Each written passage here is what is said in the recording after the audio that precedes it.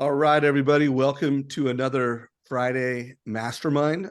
Mortgage Coach, Trust Engine, Win by Noon, American Dream, Plug and Play, SM, Deborah Bird. So guys, I'm really excited about this conversation because, we titled it The Next Era for Realtors. And I have just learned something about myself that I love change, and I posted a quote from Winston Churchill: never let a good crisis go to waste, or never let a crisis go to waste. And then I had the subtitle because, transformational opportunities are within every crisis.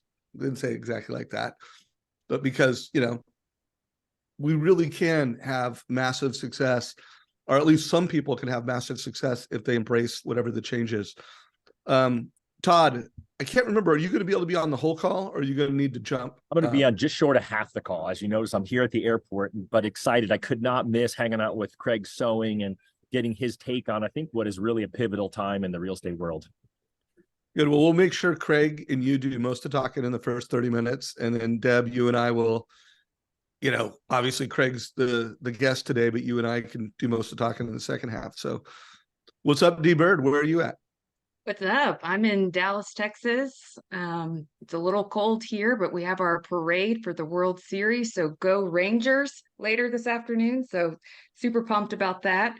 And just to kind of tie in what you said, Dave, I was thinking about the Rangers, here, this is the first time they've ever won the World Series. And these guys, you train and train and train, and 63 years of grit and resilience that, how many people listening right now would you compete year after year and lose and have adversity and have injuries and still have the same passion and commitment to chase your dream until one day you achieve it, even if it's 63 years later? We finally did it. So hopefully that gives a little bit of hope for those who are on this call that may need it. Yeah, right on. Well, congrats to all the Texas Ranger fans. What an exciting week it's been for you guys. Yes. Todd, anything else you want to say before we bring on our special guest, Craig? Anything you want to frame the call around? Well, thanks to some great friends, I was at that game, and my Diamondbacks lost, but it was great. Great to watch someone win a championship. And one of the cool stories, I forgot his name, Deborah, you probably know, but I think one of the relief pitchers, he's actually pitched on the last 3 World Series winning teams. He pitched for the Braves, and then for the Astros, and then for the Rangers. So I thought that was a super cool story. Like, here's a guy who's probably, good. I mean, obviously he's great. He's playing in the game, but he got traded again. And here he is 3 years in a row, gets to win a ring. So I thought that was a pretty cool story as well. And I'm sure there's going to be some way we can relate this to what's going on in the real estate world, but I guess that's what Craig's here to talk to us about. Yep. So cool. So I'm going to introduce Craig properly. It's been a long time since Craig has been on this stage. It's been too long. We need to make this a regular thing. But for anyone that doesn't know who Craig Sewing is, he is the founder of American Dream Network, and he defines what it means to be a media entrepreneur. I'm not going to get into his entire story, but I mean, he sat in the seat of a loan officer, very high performing loan officer. For those of you who know Jeremy Forcier now, Craig used to be like the Jeremy Forcier, like this $100 million a year producer that used MortgageCoach. And that's really how I got to know Craig, is he was just this poster child. It's like, this is the modern lender. A mutual friend of ours, Ron Quintero, helped Craig and I, as social media was coming on, be the first ones to use social media. Actually, it was radio back in the day, but it was all about I shouldn't say social media, it was about using media to build your leadership brand, to be successful with partners. Because I'm Mr. Mortgage Coach, I built a media brand to bring best practices to loan officers, but did it in a way that helped build my SaaS business. Craig was one of the very first that used media to be a successful loan officer. And then he has just scaled that. So Craig, today, how many realtors do you have on the American Dream that, some of the most successful realtors in America, but how many realtors do you have? 934. So a lot of realtors, and we're not talking like average agents. We're talking the most successful agents in America. How many loan officers and lenders are part of just under 100 mortgage professionals are tied in? Yeah. So, I mean, he's really got a unique perspective, with almost 1,000 loan officers, with, 100 real estate professionals that are all leveraging media to be the positive, optimistic news in the markets that they serve. So, Craig, we titled this is Next Era for Realtors. Is, if there's a new loan officer that has never heard of you, why don't you just give a minute on yourself, and then let's get into this topic. Cool. Well, Todd and I saw that Deborah hopped off. As far as giving hope, I don't know if she was talking to mortgage professionals dealing with 8% or baseball fans like me, where my Cardinals got last place. I was interpreting it as a Cardinals fan who got last place. So it was a rough baseball year, but what a great World Series. And I'm actually in a hotel in San Francisco, have a speaking engagement with Ryan Serhant a little bit later today. So Todd, I see you in the airport. I'm in a hotel. I tried to get the best angle possible to not show how well, we don't see your bed, so you did well. Yeah, no, this is an intentional angle. This is a very intentional angle. So quickly, backstory. Guys, I worked for MTV when I was 21 years old in New York City, back when they used to play music. They don't anymore. It was a heck of a learning experience in media. It was a lot of fun. Came back to Missouri, St. Louis, where I'm originally from, at 21 years old. I am a college dropout that found my way into mortgage, and the rest was history. This is such a great industry, great business. And it was through the adversity of being a college dropout that I discovered mortgage. And it was in 2008, when the market was imploding, that I got into media. So those two things have something in common. It was incredible adversity that created the greatest opportunities of my life. And I can fast forward to 2020, when COVID happened, and my family, we were cutting the cord on cable, extra gym memberships, and thinking that the world is coming to an end. And we figured that out as well. Also a great thing. So there's a common theme in all this, guys, that adversity creates opportunity. So to your question, Dave, I'm a mortgage guy at heart. It's in my DNA. I love the community of mortgage. I love things like this. I love the profession of it. And so with American Dream Media, we do real shows, not reality shows, but real shows, niched in real estate, positive media when the world really needs it. And we choose real estate and mortgage professionals to be the voice of not just interest rates and guidelines and homes, but lifestyles and culture and neighborhoods and why people are moving there. And it's very well produced. It's been nominated for an Emmy, won 4 Telly Awards, got 43 million views on Facebook last month. And so the individuals that are a part of it, I always say it's a B2B model first before it's a B2C show. We align with professionals and we create content together, and we create shows, and ultimately those shows air on TV, but they get repurposed in a social media world. So it's very entrepreneurial, like everybody on this call. Love it. So guys, feel free to ask questions, whether you're watching this live in Zoom, you're watching this on Facebook Live, or the biggest audience of all, you're watching our YouTube channel. If you have questions and comments, put them down below. So Craig, we titled this, the next era for realtors. And a lot of that just has to do with the current seismic shift that is taking place. Why don't you, you picked the headline. You also, like I said, hey, Craig, what do you want to talk about? And you picked this topic. So why don't you kind of, from your perspective, describe what's happening right now in the real estate space? And then Todd, since you're going to have to leave at halftime, you be ready to kind of debrief what he says and also share some of your thoughts on that. Yeah, and I think everybody should know how organic these calls are. What was our prep time for this? 2 minutes before the call started, but we're all in this together, right? So this is a very organic conversation. Today's a mastermind. That means it's the laboratory. I'll share some thoughts, but there's no manual for this, guys, right? We're all learning. And I think the most important thing that all of us can do is this right here: community, coming together, sharing ideas, learning together. The smoke is going to clear on this, and man, there's going to be some blinding flash of the obvious of light at the end of this tunnel that's going to separate the biggest winners and losers in the history of mortgage and real estate. I really believe that. I believe that In 2008 was an implosion. That was catastrophic. In 2020 was COVID. That was catastrophic. And we're still here. This is just change, guys. This is just change. We're entrepreneurs. We gotta love change. This is our time. It might be hard, but what's hard for us is going to change the dynamic of our competition. So when I saw that lawsuit come down this week, like anybody, it's like, man, what does this mean? I mean, my income, my family is niched in real estate and mortgage, and this is obviously going to have a major effect. But then, you kind of step away from it, you sleep on it. And look, guys, Uber is the number one taxi cab company that doesn't own a car. Airbnb is the number one hotel chain that don't have a hotel.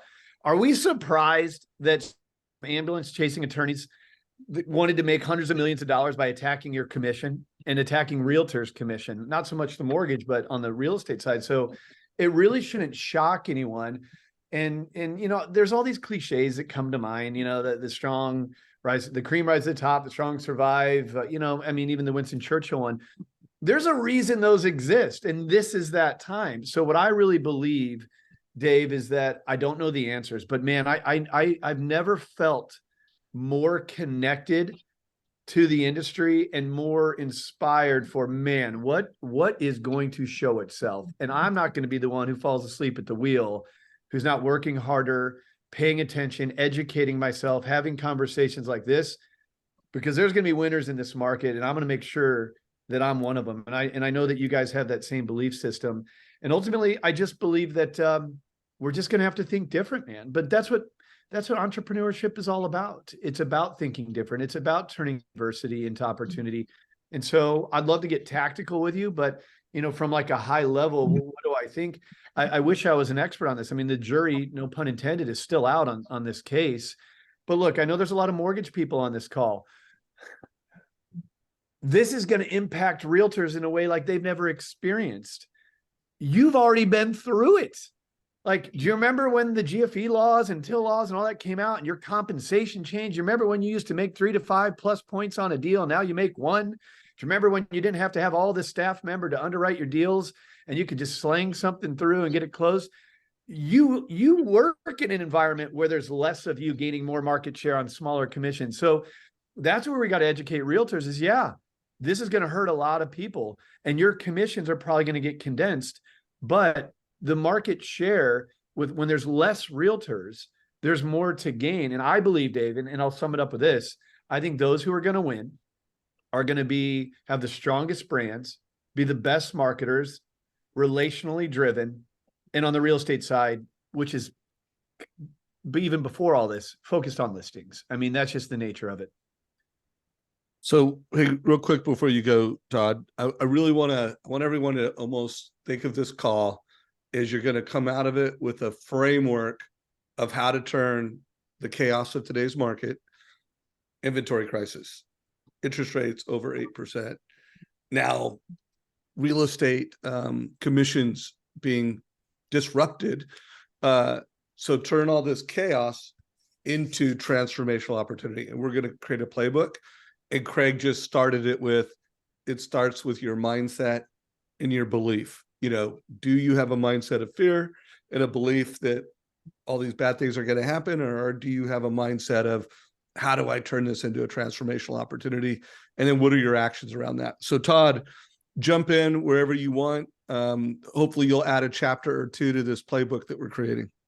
Sure. First, I want to give a little love Craig's way. You mentioned the radio, real estate radio, and that was really a pivotal part of my career. Some of my best relationships I built through that. And when Craig talks about it, it was, everyone said it was a radio show. It wasn't. It was a media opportunity. And so when Craig does, American Dream Media now, it's just a exploded version of what that is. But I'm super grateful, Craig, for you and what you do and the light you shine on the industry. You just made a great point with that. You no longer have a radio show. I no longer have a real estate radio business, right? Things change. We're still here. You have to change with it. Now you're doing different things. Now we're evolving. We went into TV. You've got into more coaching and social. The world keeps turning. You have to turn with it. So I think that's a fascinating point because the business that we connected with, trust me, there's a point in time I thought I was going to retire off of that business. It has evaporated. It no longer exists. But that's because you got to keep moving. So I think it really piggybacks on the overall point here that this disruption creates movement and inertia in all of us to be thinking differently and moving with the market. But sorry to interrupt you. I just think it's it illustrates the point. No, that was awesome. And I think, here's the key, right, folks, if you've been paying attention, you've known about this for a few months. I interviewed a couple of amazing coaches in the real estate space, Eric Daniels and Scott Gibson, about 3 months ago. I'll make sure I throw a link over into the Zoom. And then Paul, if you could share it over in Facebook, that'd be great. It's a great call for all you loan officers to listen to. And it's also a great call to share with your real estate agents, because they really walked through what they believed 3 months ago ahead of what everyone assumed was going to be a verdict against the real estate agents. They walked through really the playbook on what realtors need to do. But, Craig nailed it. I mean, the cream is going to rise to the crop. Think about it this way, right? You've had two halves of the real estate commission side, right? You've had the buyer's agent, who has pretty much gotten 2.5% to 3%. They complain when they don't get 3%. You could work at a job, and then you could have your neighbor want to buy a house, and you had a real estate license, and you could make 3% from literally opening 1 or 2 doors and, doing a half-assed job or writing a contract. Well, guess what? That's probably not going to be there anymore. I mean, if someone has a choice right now, the real estate agent is going to have to negotiate their buyer side commission with their buyer.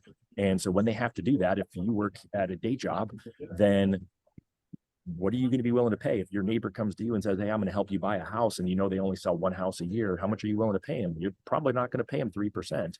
And so the other side of it has been the listing side. And all along, right?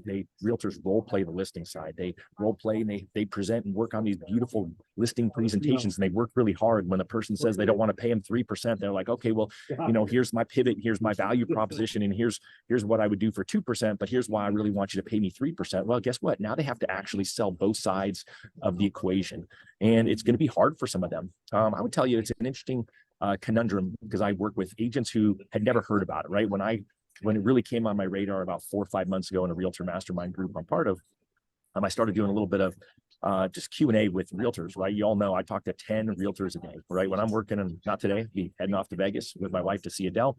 But the days where I'm actually working, I have a commitment to myself. I talk to 10 realtors, and I was surprised how many realtors had never heard of it. I was surprised how many have heard of it, but didn't really have an action plan for it. And then the best of the best, guess what? Not only do they know about it, they were already script playing and practicing for the things that they're going to need to do when it gets here. And so 3 months ago, when I had that call, I challenged all of you who watched it that now is time to actually reach out to your agents, find out what they know, find out what they're doing, and then figure out how you can help them. And so we can kind of lay out a little bit of a playbook here on, I think, of what I would be doing if I was a loan officer today, knowing this happened, and to help my agents. But that would be kind of, I think, maybe part of the conversation. Craig, what do you think would be the suggestions you'd have for an LO to do this week to reach out to their agents, and what help do you think they can offer? Look, this is difficult. It's going to knock agents out of the business. It's going to squeeze their commission. Who's gone through that before? Mortgage professionals. You are equipped to be the greatest partner for these people that are going to be scrambling. And you're right, Todd. I think many of the agents have their head in the sand and don't even know what's happening. So you can help them get ahead of it. That's one piece of advice. I think, what I've seen from the American Dream Network is I've got a lot more vocal. I want to be a leader for them. There's almost 1,000 of them in there.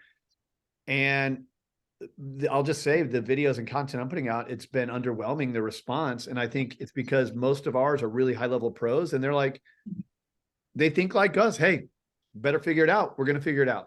So they're their heads in the sand, or they're just thinking that this is just another disruption to take advantage of. But I think tactically, if I'm in mortgage, this is the time to position as the authority. I mean, this is probably tearing right out of Deborah's playbook. Headline hacking. Everyone's going to be talking about this. I mean, as soon as the mainstream media gets a hold of this, they're barely touching it. When they really get a hold of it, this is negative. This is divisive. That's what they feed off of. And so when they put that out there, consumers are going to feed off of it, and they're going to start asking a lot of questions about commission and how it all works, and this thing, inflation, which is already a part of this.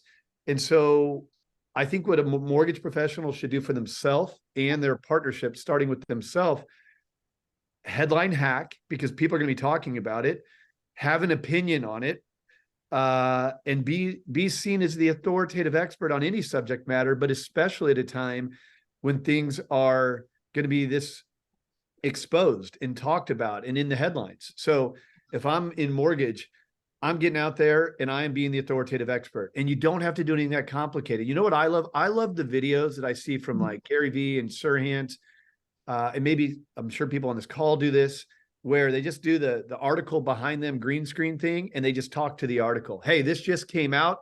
Here's my opinion on it. So I think you've got to really position yourself as the authority. You got to do the media around it, which is marketing. I would do that yesterday, and I would do it a lot. As far as how I can help my realtors, look, you've been through this. So I think empathy is a great place to start when you reach out to them and be like, hey, look, I know what you're going through because I remember when I went through this and I remember how it felt for me. I'm going to share with you some things that I did at that time that helped me to gain market share that so many others were losing. I used to make more points on a deal than I do now, but I close more deals. Here's how I organize. Here's the CRM I use. Here's my sales process. Here's how professionals in mortgage survive through this. And here's how you can too. So I would get with the realtor. I would have empathy first and foremost. I would educate and then help them be the authority, right?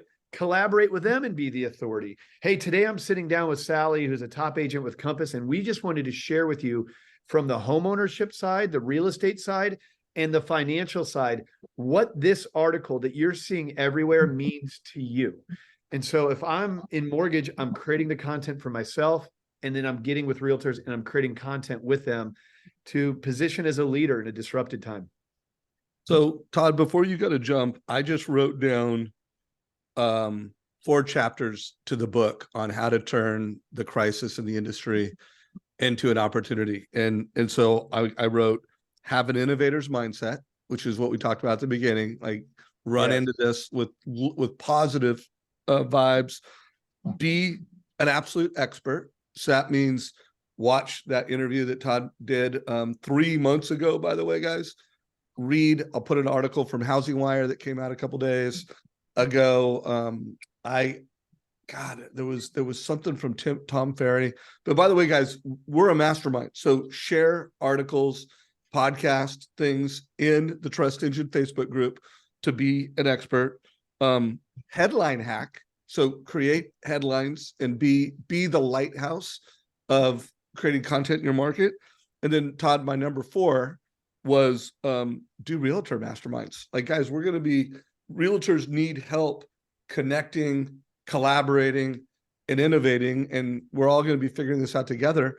So what a great time to like, hey, let's talk. We got a lot of market problems. We got a lot of business model problems, and you be the host and the connector in your communities to do that. Todd, first, any thoughts on that 4-step plan? Anything you want to add, subtract, or edify before you jump? No, I think it's perfect. I think your mastermind number 4 is kind of where I'm heading. I'm heading like, hey, how do we get tactical now? And how do we really help? And if you think through it, they have to have a beginner's mindset again, right? So I have, my mortgage team still supports a couple of big real estate teams, and one team has super experienced agents and they do things the old way. One of the other teams has brand new recruits. I mean, they hire 20-year-olds and they sit there and they hammer the phones 3 hours a day with the headset on, triple dialer, and they go. And it's ironic because for the team with the new agents who all have the beginner's mindset, this isn't a problem for them. And the reason it's not a problem for them is because they have a responsibility, a requirement on their team that they have to have 100% of their buyers sign a buyer broker agreement. So if you're not familiar with the buyer broker agreement, the version that they use here in Arizona basically says, hey, seller, or hey, buyer, you commit to work with me and only me. So it's an exclusive agreement, has a time frame on it. And then oftentimes it has, in this case, they have on there, and we make 3%, and they even have a minimum fee in there, or a minimum fee. And they actually charge a transaction fee on top of that. And so these buyers sign it because they just lay it out to them that this is the process that we follow, and they have confidence, they have a script, they've practiced it, they've worked it. And so for them, not only are they getting the 3%, they're getting a minimum fee if they don't get 3%, and they're getting a transaction fee on top of it, because that's how they learned the business. That's how they were trained to do it. I think a loan officer who came in post Dodd-Frank, you have a different experience of how you do business than someone who was here 20 years ago when, you had subprime loans and, you could fog a mirror and get a mortgage, all that stuff. And so it's that whole curse of knowledge that the older agents have that's going to make this hard for them. And this is your opportunity to help agents of all kind understand that it's a process. and they have to get familiar with their process, understand that there are proven scripts, right? You know, Deborah and I just wrapped up our second mortgage specific exactly what to say event. We've got a waiting list already for our first one. It's gonna be the last week of February here in Phoenix. So if you're interested in that, definitely reach out to one of the two of us. We'd love to have you here. And, you know, figure out what you can do to help them with the role play part. If you can become the expert who understands the scripts about how to get a buyer broker agreement signed, guess what? You are extremely valuable to them. You're going to be more valuable than their broker. You're going to be more valuable than their friend, because then the bottom line, they're going to be fighting now, not just on listings, but on buyers for every dollar that they're going to make. And they've got to be really, really good. They've got to have a great process. And so that'll be one of the things when you listen to that call with Eric and Scott, that they really talk about is how, you know, they've been prepping for it. And so what you'll see now is as an effective change, and it's already happened in some areas where literally their buyer broker commissions allowed to be zero. So there's going to be houses that you may have a client that goes to look at that the buyer's agent doesn't have a buyer broker agreement, and that buyer is going to be at some point approached to sign some fee agreement to pay that realtor. And think about that, right? I mean, those of you who've made a few $1,000s or 10x that on a loan, you know, would someone have really paid you that if they had to write the check for it? Probably not.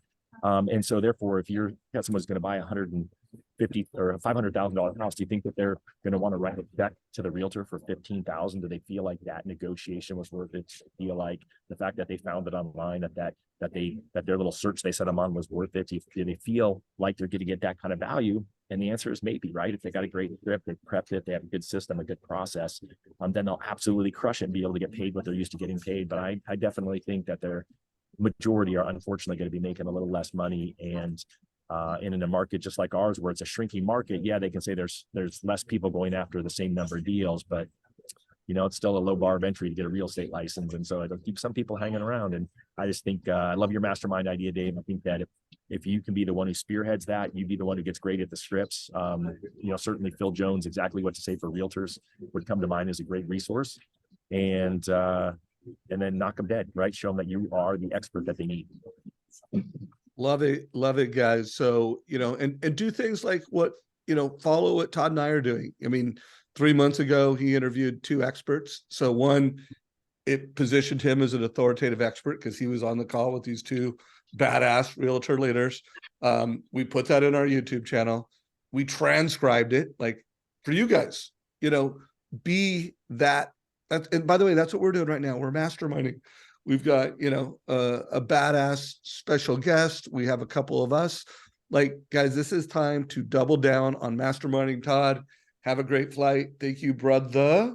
No, it was good to be here. So let me just say a couple more things, you know, kind of before I go, since I've been kind of ranting this morning, but that's kind of how I feel. So the funny part was we have a Thursday mastermind, me and these guys. They're all over the country: Arizona, California, Texas, Virginia Beach, Philadelphia. Own either brokerages or lead large teams, and a couple own brokerages. And the irony was, I was on their call yesterday, and guess what? This wasn't even a topic, right? For them, this topic was 3-4 months ago. We talked about it a lot. They're already prepped for it. Their brokerages are prepped for it. Their teams are prepped for it. And so again, that's what great leaders do. They get way ahead of the game. They were talking about stuff, how to innovate down the road for 2024 and 2025 with everything that's going on. And so you're watching this, or whether you're watching live recording, because you're the best in our industry. And this is a time where the industry that we count on a lot as business partners and friends really need some help from you. So just be that light that shines. And I can't wait to listen to the second half of this call, but I'll miss you all and appreciate, as always, seeing you all here. Thanks, Deborah, Dave, Craig. See you guys soon. Take care, brother. So, Craig, before I bring you back in, D-Bird, I'm sure, has some thoughts. First of all, anything you want to say to debrief from what we've said so far? And then also I'll give you the next question for Craig, so we can keep this going. Yeah, I would say the only thing I would add, maybe as another chapter, is just making sure that you are maintaining and almost obsessing over your database. Because as the loan officer, you have a lot of, hopefully you've been keeping up with your database, and there may be some potential clients who reach out to you who may need to list, and their agent is no longer in the business because of this squeeze that they got out. But now more than ever, both agent and loan officer need to be passionately obsessed with, how are we building a bulletproof, like, brick wall around the people that know, like, and trust us and have done business with us. You know, especially leveraging, we've got 8 weeks left in this year, guys. So technically, I think it's 38 business days with a couple of holidays. We've got Veterans Day, Thanksgiving, Christmas. And so are you reaching out to your database? Do you have a marketing and like content plan and strategy that continues to nurture those people? And then also helping your agent partners, one, scheduling meetings with your top, crew to see what is their plan. Do they have a plan? Are they aware of what's going on? What things could you guys put in place? And again, emphasizing on the bulletproof approach on your database, and then adopting others' databases for those who do get out. Like, who could you be networking with that if they do get out, um, maybe you could take their sphere, so to speak. So that would be the only thing that I would add, Dave, is that part to it. Yeah, well, you had me at database. I added number 5, and I called it 10x your database. Like, here's 2 things I know for sure. Every realtor, every loan officer needs to have a unique strategy and value prop. You need to build a personal brand. I mean, we live in a world where personal brands win and always have a seat at the table, no matter what happens with a company or an industry. If you've got a personal brand, you've always got a seat at the table, and your database, and I do think as mortgage professionals, helping realtors understand the value of their database so that, and now we're getting into specific ideas and strategies that will be covered in these masterminds, but I couldn't agree. So I added it. We now have 5 steps in the roadmap to turn chaos, crisis into opportunity. What question do you have for Craig at this point, or where do you want to take this? Well, so Craig, since you work with loan officers and agents, I'm curious on what your thoughts are on, approaching the listing agent side, since we know the name of the game is listings, and it always has been for agents. But I was thinking about this last night, that it's a good example to an agent could be no different than builders. Like builders, there's a reason why builders have preferred lenders for their business. And so is there anything that comes to your mind of how to approach just your deck of agent partners, knowing that we're going to need more, but also how to capitalize the conversion for, say, if someone is looking at a home and they don't have a buyer's agent, but the listing agent on the other deal now could be a point of, referral source. Any thoughts on that? Yeah, I mean, it's not like listing agents won't have introductions to buyers or have people coming through their open houses or need to pre-qualify someone. So an agent is an agent. I think what I love about what we've talked about already is I think I use the term headline hack, and I kind of took it down this path of leverage that to be your own media, right? Leverage that to be positioned as the authoritative expert. But Todd cloned that and went down a parallel model that said leverage that to be a leader. And that's what masterminding means, guys. It means leading others, and in this context, probably on the real estate side, of being in fear. So I think, regardless, I think no matter what, positioning as a leader, adding value, and things like mastermind and doing content with them, I'll just have to speak from where we are contextually with what I do for a living, which is the CEO of American Dream Media. I don't think a whole lot's changed for us. And I'm trying to think, to answer your question, Deb, like, how does that translate to the way we're advising our mortgage professionals and realtors? All right, well, what do I really believe? Who do I believe is going to win out of this? The strongest brands, the best relationships, and target listings on the real estate side. Media, whether you're like an American Dream or you're just doing your own media, which you don't need a TV show to do your own media. I mean, you have YouTube and Vimeo and Facebook and all that. Brand, I mean, what we do is brand, relationships, and listing focus. So for us, it's kind of we're very well positioned for this. Take that over onto the loan officer side. This isn't the first time you've heard the importance of content. This isn't the first time that you've been told to be the digital mayor of your town, or that Quicken Loans isn't getting any smaller, so consumer direct is important. I just think you get hyper-focused on your brand, database, and creating content that can be consumer direct. And as it goes to those agents, just, you know, it's hard to imagine. Each agent's going to have their own story. You're going to have agents that are only listing agents. You're going to be like, oh, this is great. Then you're going to have agents that are only buyers agents that are like, holy crap. And then there's that world in between where it's like, yeah, this is a listing agent, but they do have some income off of the buy side. I think at the end of the day, if I'm in mortgage, it gets back to what we've already talked about. I'm getting in front of them and hacking the news on how I can add value to them to help them accomplish brand, marketing, and targeting listings. And even if listings doesn't create for me that direct buyer, it might.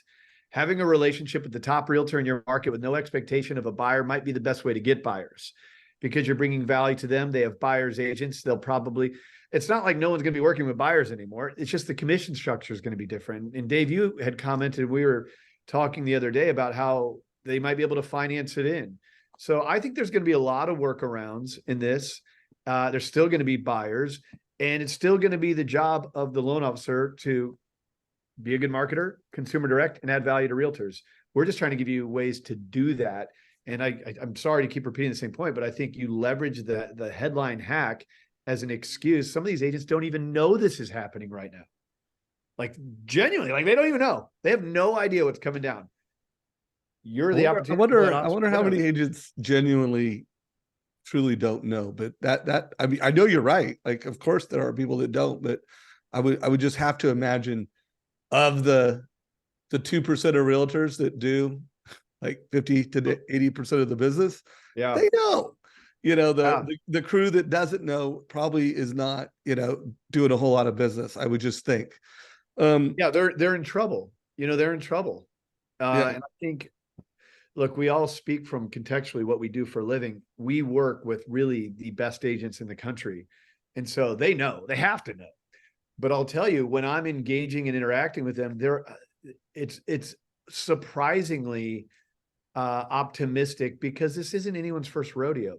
This is when you have to think harder, work smarter, work harder, and do the things. And it might be a rough 6-12 months, but okay. COVID was tough for a little while too. 2008 was tough for a little while too. Good comes out of these things. We are in a cyclical business. This is normal. That, Dave, you said mindset. This is normal, actually. The money that was made 2-3 years ago in mortgage is kind of not normal, right? So you'll have your highs, you'll have your lows, but this is the horse you rode in on, guys. You're an entrepreneur. This is what you signed up for. This is not a 9-to-5. So you got to get yourself mentally as strong as possible. What does that mean? I did an ice bath in that hotel this morning to be mentally strong for my keynote later. It means you need to have conversations with your family about maybe tightening the belt a little bit. Hey, we got to weather the storm together. It means going out to your partners and say, hey, look, when you have challenges, I'm someone you can call. I'm going to sum it up in one word, and it's been kind of organically mentioned in this call a few times. Community. Community is going to be so important. I'll tell a quick story here. Last night, I was at dinner for this event that's happening today. And Ryan Serhant spoke. There's probably, I don't know, 40 people in this room. Really classy event by Arjun, I always butcher his last name, but DeJungra out of San Francisco. You guys know Neil, I'm sure, out of Reno. And Ryan had a message. It was really powerful, guys. And I won't be able to repeat it. And it really wasn't about the words. It was about the energy. And it was it was something along the lines of, you know, look around this room. I'm not going anywhere. Are you going anywhere? Okay. No. Are you going to fall out of this business? No. Okay. So what the F are we going to do about it? And you just kind of felt this room feel really good, despite the hardship and the challenges and all the other things that are beating us up too, like the 8% interest rates. You just felt like a bond in this room that was, man, hey, you're right. You know, what am I going to do? Cry myself to sleep? Like, that's not going to get me anywhere. I'm just going to get into this thing. And that's what I felt in this room. And that all gets back to that one word, community. There's something about, hey, there's going to be a lot of people hurt, but we're going to stick together. And I just think if you can build your community and strengthen your community and your markets by doing the masterminds, by relationships at scale, putting stuff out there in social, doing things like lunch and learns, happy hours, Facebook groups, be a community leader. I think it'll reciprocate, and it may not be immediately, but this is the time when leaders lead. All right. So I want to wrap a bow around this. We're almost into the fourth quarter of this call, and I really want to focus on the fourth quarter of this call around, you know, number 3, where we talked about create content, headline hack, and be the lighthouse in your local market. So, Deborah, start getting your head around, hey, if you've got 5 minutes to share what you would do around this, be ready to do that. Craig, get ready to do that. Before I unleash you to really focus on content creation and being the lighthouse, I want to put a little meat on the bones of an innovator's mindset, because that story that you told, that Ryan, you know, the energy Ryan Surratt brought, I wrote 3 words next to innovator's mindset.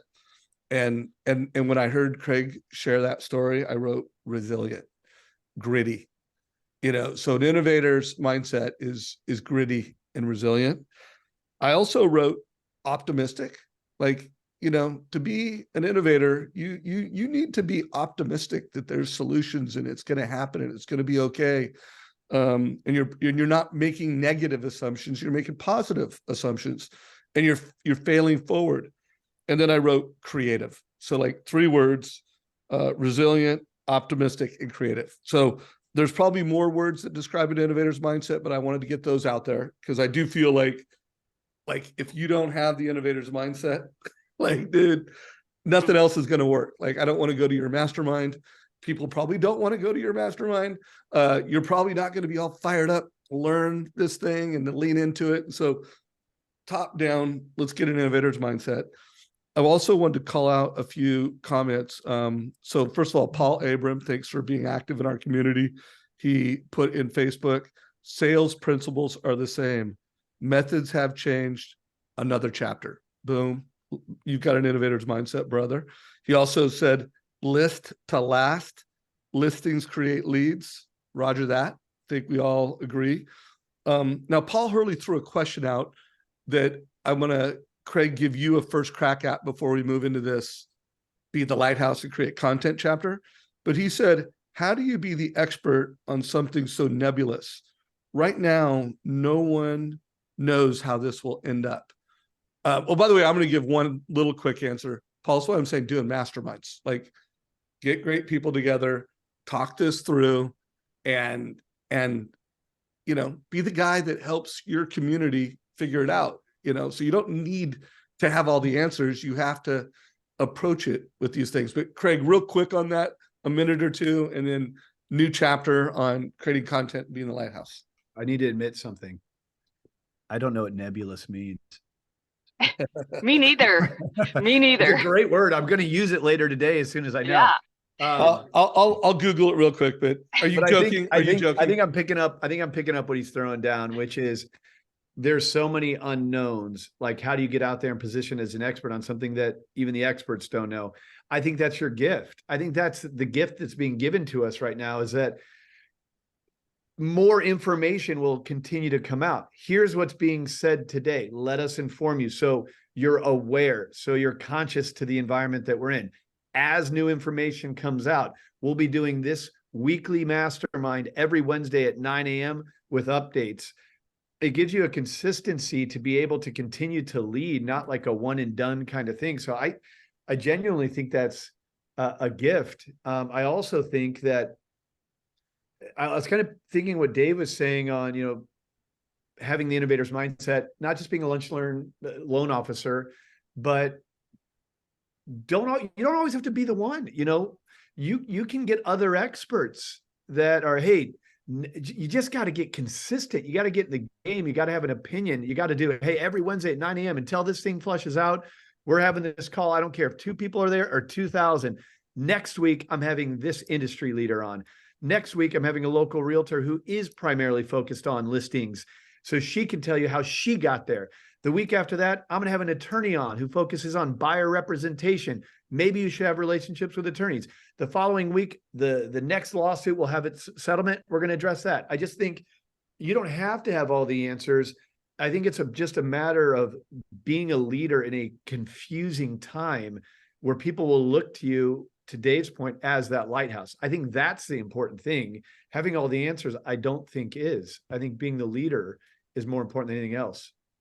Can So I add to that in the spirit of, I think we get perfect versus expert confused. Like there's a difference of having an expert opinion versus a perfect opinion. There isn't, your opinion may not be accurate. It may unfold that maybe you were wrong. We have a lot of economists that make predictions all the time that give their expert opinion, but it doesn't mean that it's always perfect. And so that's what I love about news hacking. And in fact, Craig, you mentioned this earlier, the green screen effect, guys, on Facebook and Instagram and a lot of the platforms, it's built into, like if you were to pull up your Facebook right now and just go to Reels, it's actually featured. It's that easy where it says green screen, you just click it and you can choose whatever background you want. So you can take a screenshot of a news article. And something that I do is I set up Google alerts so that, I have certain keywords that I have a email address that it will send articles to. I also have specific people that I'm constantly consuming from. And that's kind of more Twitter. Like I love Lance Lambert and Mike Simonson and Logan Mahasha, however you say his last name, John Burns. But there's people out there who put out great educational content, which are just then the vessels of how to create relevant content, but you putting your narrative on it. And the easiest way to do that, and you could all commit to doing this at least one day a week, like maybe every Monday, you make the commitment to news hack leveraging the green screen effect. every day. And Every day. Once a Yeah. day. Make the commitment to do it once a day. Look, be real, not perfect. You like that? I mean, honestly, that's the point you're making. That gets back to the nebulous. Yeah. Like, you don't have to be the expert, be the leader, be real. But look, I love the green screen thing. Ryan Serhant talked about it last night. Who's Ryan Serhant? One of the leaders of the world of industry. Like, so if he thinks it's a good idea and he's saying it works for him, last night he gave an explanation of how, the $1 million listing has been good for brand, but the number of views I get on that versus YouTube, it's a landslide on YouTube. The point is, you can be the Ryan Serhant of your market. I mean, obviously you don't have the label $1 million listing, but you have the tools. The green screen thing to me is so easy where, Deborah, this isn't a time for once a week. This is once a day. It's not challenging. Well, I would mix in, I mean, I wouldn't necessarily do an article every single time, but I would throw in like a TCA background that shows a commission gap strategy, no different than the appraisal gap strategy. But now let's turn it into a commission gap. And here's how when you partner with us, we help and we have, creative solutions to help those who, I mean, obviously this wouldn't be for your FHA or VA buyers, but just how are you showing up, leveraging all the different types of media options and leveraging all the features even on social, because, Facebook groups, broadcast channels, I would have specific channels that are targeting agents versus your clients at the end of the day. And then helping them with, hey, I saw this, or here's a great unique value proposition that I heard, during role play with another team, or, and so building community and leveraging social for that community is really important. I want to piggyback on that real quick, Dave. I'm guessing here, but I'm gonna venture to guess that you hear some of this conversation and a lot of it's talking about social media. And if you're like me, you don't always exactly love social media. So here we are talking so much about it. I'm the CEO of a media company, and I just said to you, I hate social media. In some contexts, right? In some contexts, I try and stay off of it. I don't like to go down the black hole of watching too many reels. We keep our kids off of it as much as we can. Contextually, there's parts of it I don't like. I unfollow people that I don't like. What we have to do is stop calling it social media and start calling it the internet. This is where people go for information. And so if you don't like to post regularly, or you have discomfort, or you're just trying to get out there, I want to share this with you. I'm going to compliment you. I think that's because of modesty. Modesty is a great quality. My parents still live in the house I was raised in. My dad's the most modest guy I've ever met. So I get it when it comes to, oh, what am I going to post about today? It comes across ego. I'm posting so much. No, it's not. And here's why. Stop thinking as social media and start thinking of it as the internet where people go for information. 2 million people are going to go to Zillow today. 2 million people aren't buying homes today.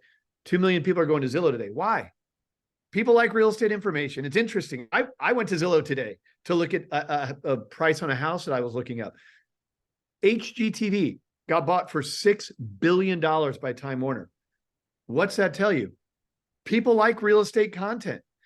This is where they go for information. So you have the ability to intercept that traffic.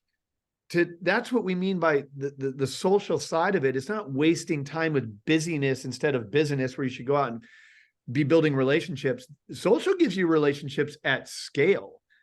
It's a hack. And so if you have a challenge, man, I don't want to post today, or this just isn't really my style, be you. And just don't look at it as social media. Look at it as the internet where people go for information. They might as well get that information from you. So I love what you said. I do want to edit and challenge the word internet and replace it with the word media. And if you guys Google the definition of media, it's mass communication. And I like that personally, because I think what you're going to be on stage pretty soon, you're going to mass communicate. You're going to obviously do a lot of digital. Everything on social media and on media is the internet. So think of it as the internet. But every time you meet with a consumer, help go mass, help amplify that message. How can you be the light? And so as you were talking, I wrote, be positive and useful, all caps media, to your database in your local market. Because that also brought back Deborah's point, like your database is gold. And so just make sure that as you're being media, you're promoting that in your local communities, both digitally, and get on as many stages as you can, be in as many masterminds, as many rooms as you can, with optimistic, growth-minded, resilient, creative people. And then my last rant on this, Craig, and I'll throw it back to you. And did you hear Craig talk about, hey, like, I stopped following people. Like, I think we need to really weed the garden. Like when you go through tough times like this, we need to water the garden with books like The 4 Agreements. Even if you read it again. We need to water the garden with books like The Gap in the Game, the book that Shant Benosian was giving all his realtors the entire spring home buying season. We need to pull the weeds of all the negative, unoptimistic, like whatever an innovator's mindset is, get them out of your world, because it is a tough time. There is, I mean, rates are still, they're not over 8% today, but they're close enough to being 8 that they're 8. The inventory crisis is got no end in sight. And now real estate agents, comp plans, they're getting sued for billions of dollars, which, by the way, that alone could kill companies, kill realtors. Our partners, like, we're in this together. And that's the other thing, we're in this together.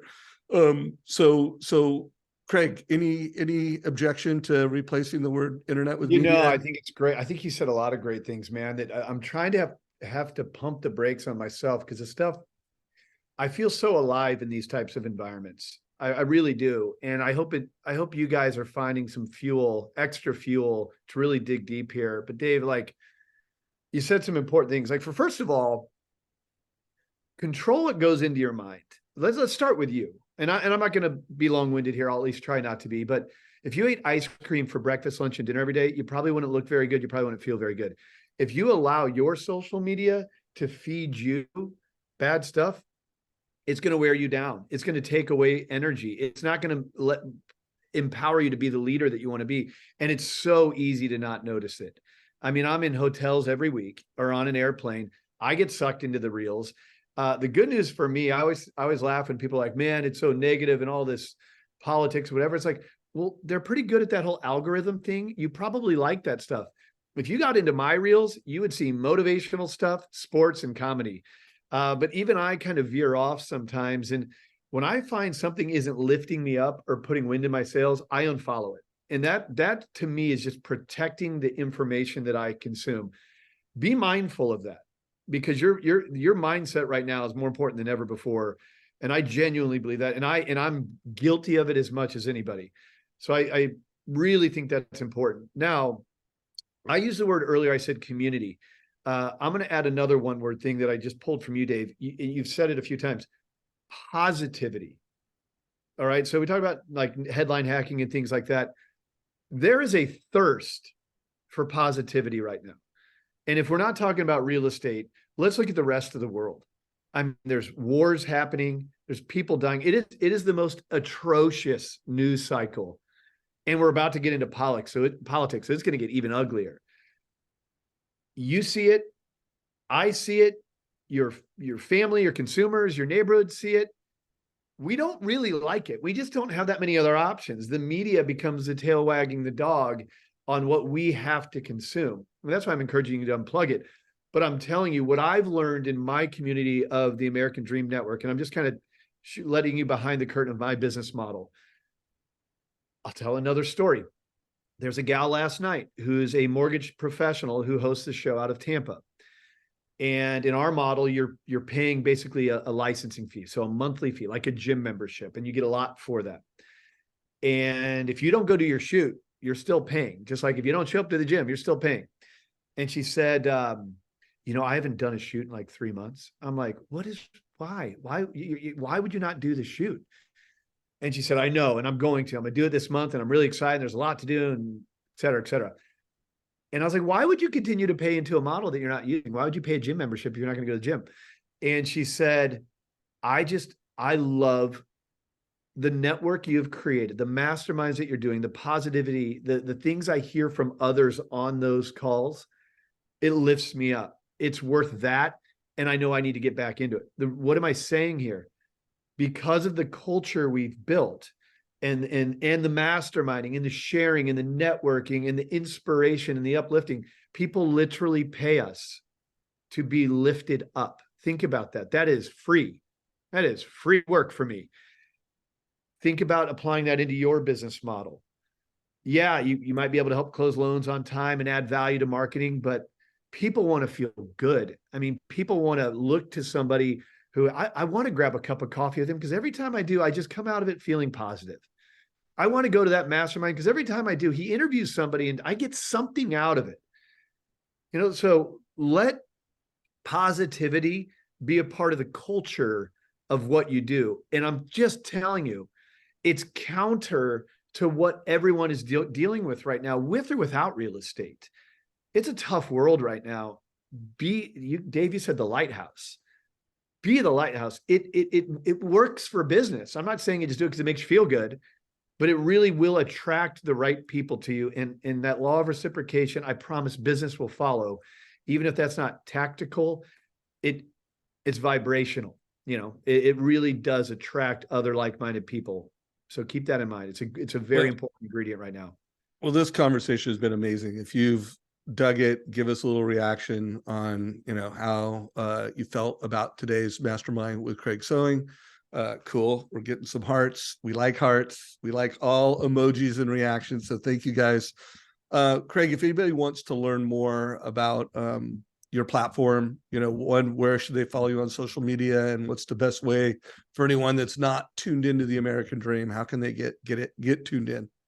Yeah, so there's a lot of places, right? The show's on Travel Channel, CNBC, TV, Amazon, Apple TV, Roku. We do a lot in social. So it's everywhere. It's a distribution strategy.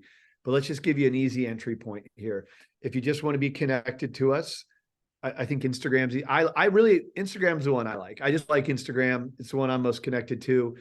My handle is at Craig Sewing Media. Sewing spelled like a sewing machine. So at Craig Sewing Media. That's just me. I could do a lot more with it.